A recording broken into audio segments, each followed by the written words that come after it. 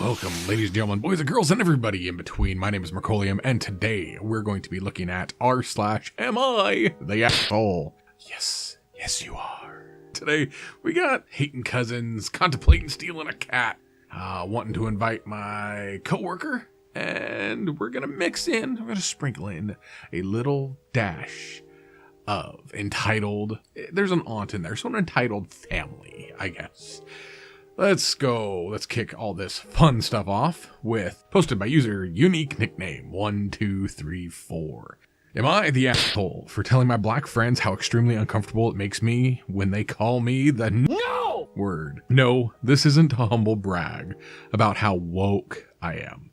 A bit of context. One of my best friends, who is my roommate, is Kenyan. So naturally, he also has a lot of Kenyan people from neighboring countries come over and drink and whatnot. I'm only like good friends with about 2 of them who regularly come over out of about 10-ish, excluding my roommate. So when we start shooting the shit, multiple times I've been referenced to as no! I find it uncomfortable because that word and how it's used is quite a topic of discussion.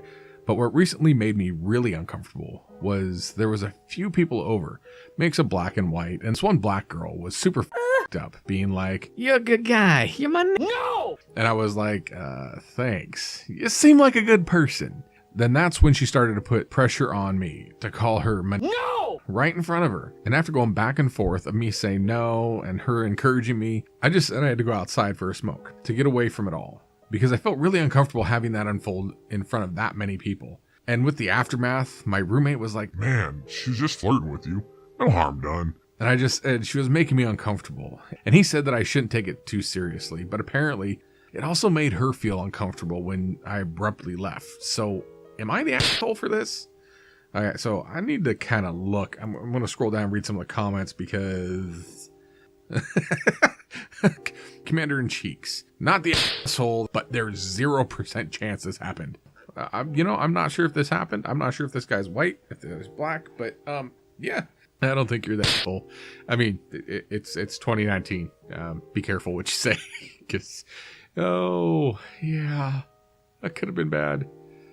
Anyway, what do we got next? Am I the asshole for hitting my cousin's girl? Posted by user Thought Who Breathes. Okay, Thought Who Breathes. What do you got for us? Am I the asshole for hating my cousin's girlfriend? Probably, but let's see what you have to say. I was visiting my cousin since he lives in London now, and we wanted to catch up. My cousin lived in Australia most of his life and moved to England about 2 years ago. I didn't find out until recently. Anyway, I'm changing names for this, but just note his girlfriend has the same name as me. Spoiler. So I arrive at his apartment. He told me previously his girlfriend lived with him, but didn't tell me her name. He opens the door, and standing behind him is a short, 5'4" girl with pale skin, green eyes, shoulder-length blonde hair, and a lot of freckles, aka the exact same appearance as moi. And I mean, we looked extremely similar. I was surprised at first. She greeted me and was super nice. Her name was Ella. I laughed and told her me too. She told me it was a coincidence, and we went inside to catch up. Throughout the evening, my cousin was getting super weird. Oh, I see where this is going. I moved away and all. We ate dinner. Ella was a super good cook, and we'd agreed I'd stay over before traveling home. I took the guest room and changed. I went off to sleep, and all was well until about 4 a.m. My cousin knocked on the door and came in and woke me up. Yep, I called it. I looked at him. This is where it got super weird. He sat on the edge of my bed and told me he had to confess something. He'd chosen his girlfriend because she was exactly like me. Her name, her appearance, her personality, likes everything. It reminded him of moi. Ding! Called it. I was too flabbergasted to say anything and simply said goodnight. Let's just say I got the first train out of there. Now, I can't stand my cousin or his girlfriend, even though it's not her fault. She tried to contact me, but I've been ignoring her. It's a pity because she's super nice, like I said. Am I the asshole? Well, take it as a compliment that he likes you like that. Yeah, because I mean, he overcame social norms and everything else. Imagine him going home, taking her to a family reunion, and the family going, yo, bro, what the Anyway, moving on. Next up on today's list, posted by user Probably an Asshole 9. Well, I'm not going to disagree with you. You're probably an asshole. But let's see what you have to say. Am I the asshole for contemplating stealing the neighbor's cat? Yes, I had my cat. I don't know. My cat was probably stolen. Might have been eaten by a coyote. I don't know. I live on a farm, so. Okay, so here's the situation. I've been living in my current house for about 8 months. There's a cat that basically lives in the house, except no one in the house actually owns him. I figured he might be a stray, but to be sure, I put a paper tag on him the next time he went out and ended up getting in touch with his owner. This guy told me that yes, it was his cat. I explained that he was around our place and I wasn't sure if he had an owner or if he was a stray. The guy told me that it was his cat, that it came and went as it wanted, and it slept there at night. I said that it was all good and left it at that. Here's the thing. He's talking bullshit. The cat has been living here pretty much full time for months. Over the winter, he was outside in every storm we had. I let him into our house every time and he was soaked through. I've been feeding him 3 times a day. He's free to leave whenever he wants, but when he does, he comes back within an hour. He sleeps in my room pretty much every night. And I've only been here 8 months. This has been the case since the initial housemate got here 3 years ago. This cat and I are homies. I pay for his food, worm him, check him for ticks and mites, and I was planning on bringing him for a checkup before I found out the owner existed. He waits for me outside every day when I get home from work. He literally spends all his time in our place. He sleeps on my back. He's my cat. We got served notice on our tenancy recently, and the thought of leaving the cat is breaking my heart. I've tried to explain the situation to him as best I can, but I can only meow in the key of E flat, so I'm not sure if he understands entirely. But I know if I don't come home from work one day and he can't get into the house, he's going to be pretty upset about it. In short, if I steal the cat, am I the asshole? So, yeah. This is kind of getting me because this is one of these double-edged swords, because I would say yes, you're the asshole if you take the cat. But yeah, the owner, the quote-unquote owner of this, he's not really doing anything, and he's basically there. I mean, you could go talk to the actual owner, quote-unquote owner of this cat, and be like, hey, look, bruh, cat's been at my place. I've been paid for him. Yeah, I've taken him to the doctor. You know, we hang out. He sleeps with me. I mean, we're best buds and everything. And you know what? He wants to be with me and not you anymore. So just get over him, bitch. Well, okay. So, I want to take the cat. He's happy with me. It's all good, right? And you know, maybe he'll say, okay, that's fine. And he understands. You don't know. But then again, you can always just kind of leave your car door open and see if your buddy gets in. Because, you know, if your little buddy there jumps in the car, he chose. Cats are kind of that weird thing. We don't choose cats, they choose us. Anyway, it's kind of hard to say if you're the asshole. But maybe if you do just take him without saying anything, leave a note saying, hey, look, your cat liked me and he's with me now. At least let the owner know where the cat is, because those of us who lose our cats, we always kind of want to know what happened to them. We always assume that they're in a better place and happy. We're going to look at some comments. Comment by Colorectal. Is stealing an asshole move? Definitely! Should you steal the cat? Definitely! Update everyone what you decided to do. You know what? Let's go see if they got a pic. Let's see if... Hey, look! We got a pic! Yes, that's a cute kitty. It's a gray furry. Aww. Moving on from this asshole, let's go to the next asshole. Posted by user PlainSight22. Am I the asshole for wanting to invite my coworker female to watch Hamilton with me after asking my girlfriend if she wanted to go and turn me down? I'm not even gonna read this because yes, you're already the asshole. Because you know what? When it comes to men and women, unless the woman's happy, you're the asshole. Okay? Just go with that. Just live by that rule. So, let's move on with the story, since there is half a paragraph here. I want to watch Hamilton in San Francisco next week, and my girlfriend can't afford tickets. oh, you're if you've made it this far, you already know you're the asshole. So I asked if I could ask my coworker, Dumb move. and she said she'd break up with me. Rightfully so. I don't think I'm the one out of line because my coworker is dating someone else already, and I have no intentions of getting with her. It don't matter, dumbass. What I'm getting out of this is that my girlfriend doesn't trust me. Nope. Nope. No. Let me put it this way. Plain Sight 22, which is kind of ironic here, that your name is Plain Sight and yet you can't see this. Oh, buddy. You gotta be a kid. Yes, you're the asshole. 100%. No question. Because if you're trying to make your girl pay for tickets, you're f***ed. Well, no, you're not. You're not gonna get for a while. unless Rosie Palm has anything to say about it, which I think she'd even turn you down at this point. And then, so you still want to go. So you decide, well, ask my coworker. No. Stop right there. Don't go see Hamilton. Just miss it. You have the option of taking the probably $50-$60. You know what? We're going to look up what's Hamilton. Let's see. Hamilton tickets. San Francisco. Ticketmaster. You know what? We're going to see how much this is. Let's just see. Dude, where the f are you sitting? You can't. Holy boy. You are a boy at this point. $200 for a freaking ticket to see Hamilton. No. Bad. You need to take that $200 and spend it on your girl. Yeah, I get that she can't afford it and you can't, because you can't afford to purchase one at that point. No, yeah. Basically, I agree with everybody else. You're the asshole. Take that money and just spend it on your girl. Don't do anything. Don't expect anything. That is your apology. $200 right out the door. Because, yeah, you done messed up, boy. Anyway, moving on. We're going to go to Entitled Aunt. Yeah. Posted by user Acer1. Entitled Aunt claims child has to obey her because it's the law. Another post about a parent volunteering their adult child reminded me of this. It happened to my cousin, but I was there for the majority of the story. I remember it so clearly for a couple of reasons. In addition to just having a good memory, it was the first trip after my father had died, and it was sadly the last trip I took with my mother. She died less than a year later. My aunt was always playing the big shot of solving people's problems, but using my cousin as the actual person to take on the problem, always for free. If someone insisted on paying, Entitled Aunt kept the money. Need a babysitter? Need a ride? House cleaned? Yard mowed? Errands run? Oh, my daughter can do it. As far as my aunt was concerned, the only reason Emily existed was to cater to her. Emily was her ultimate trophy. Entitled Aunt was entitled long before it became a huge thing. Cast: Entitled Aunt, Emily, Mike, Emily's boyfriend, me, Poe 1, Poe 2, and Judge.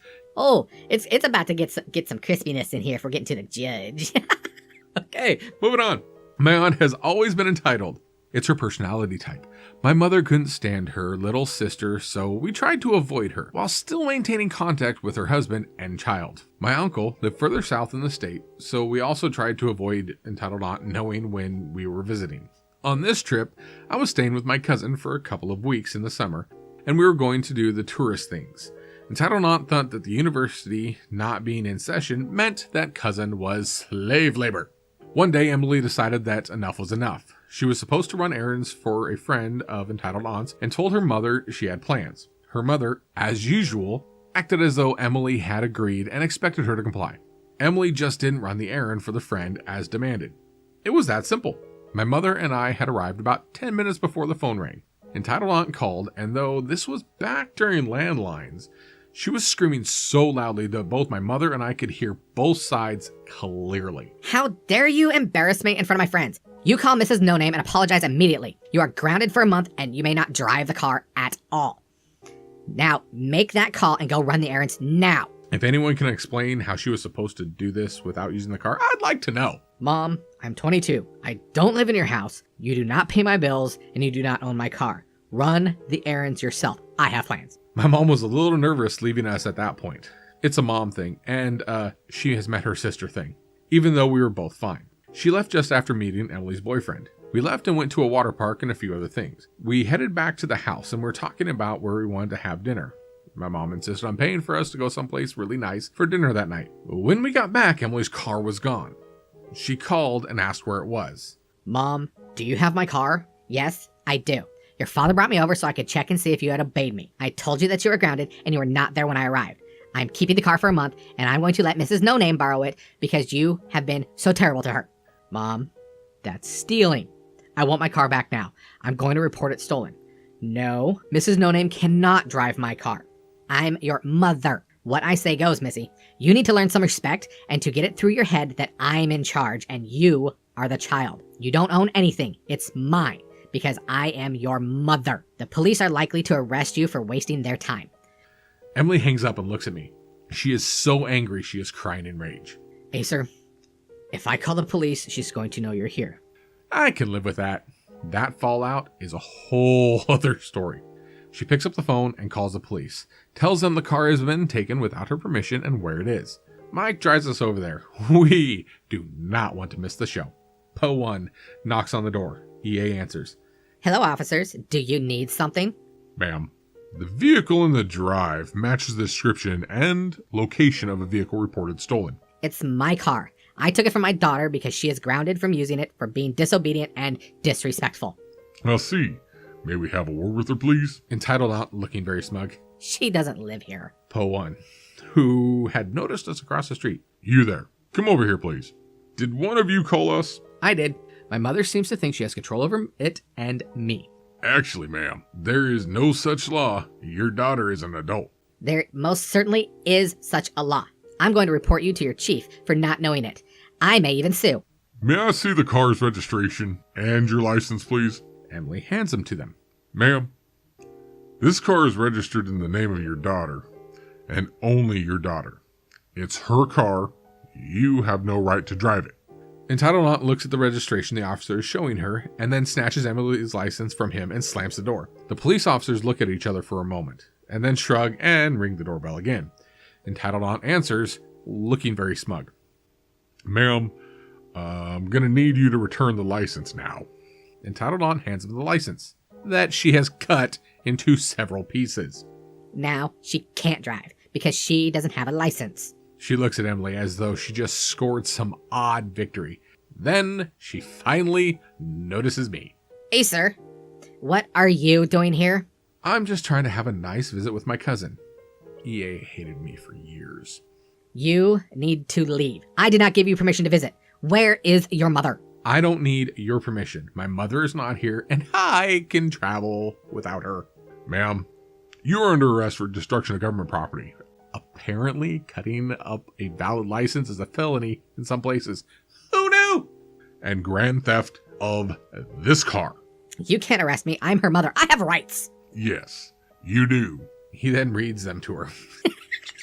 Oh, this is a good story. I like this story. The officer explains to us that until she destroyed the license, he had been willing to issue an appearance ticket. Then, instead of being arrested, she would just have to appear in front of the judge and get a fine. This was a much bigger deal. Emily ran into the house to tell her father what had happened. We all chatted for a little bit until the phone rang. It was Entitled Aunt telling him to call their attorney.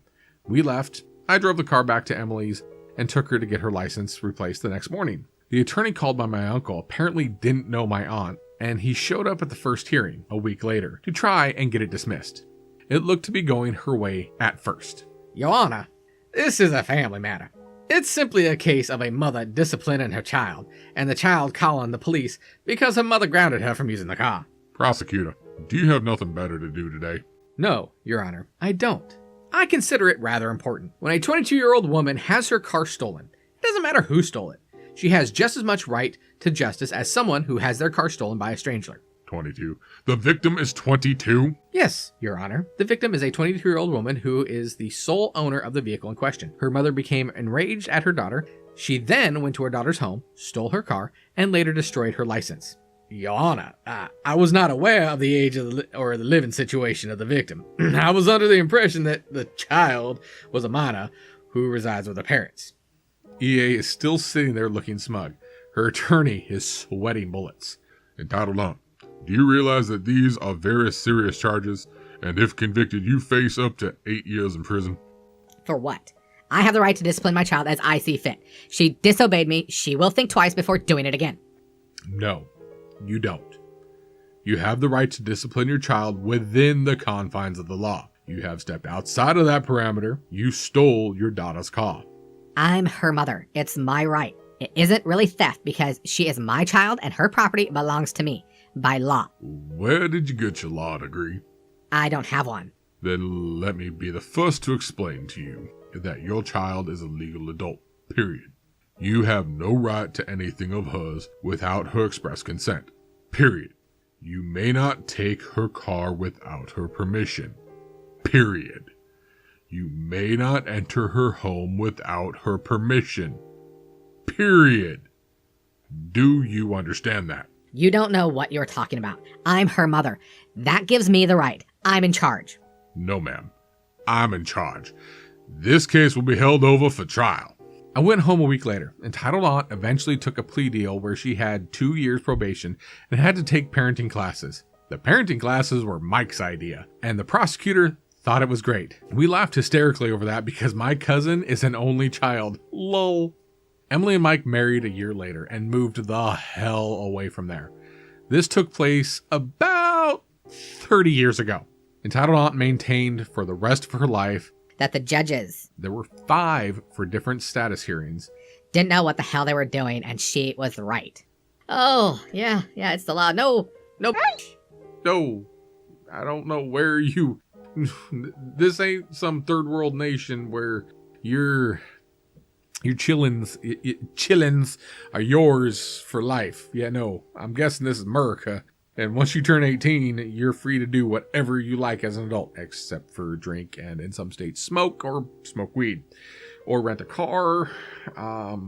Yeah. But anyway, yeah. But you at 18, you're a full-fledged adult that can't smoke or drink in some states.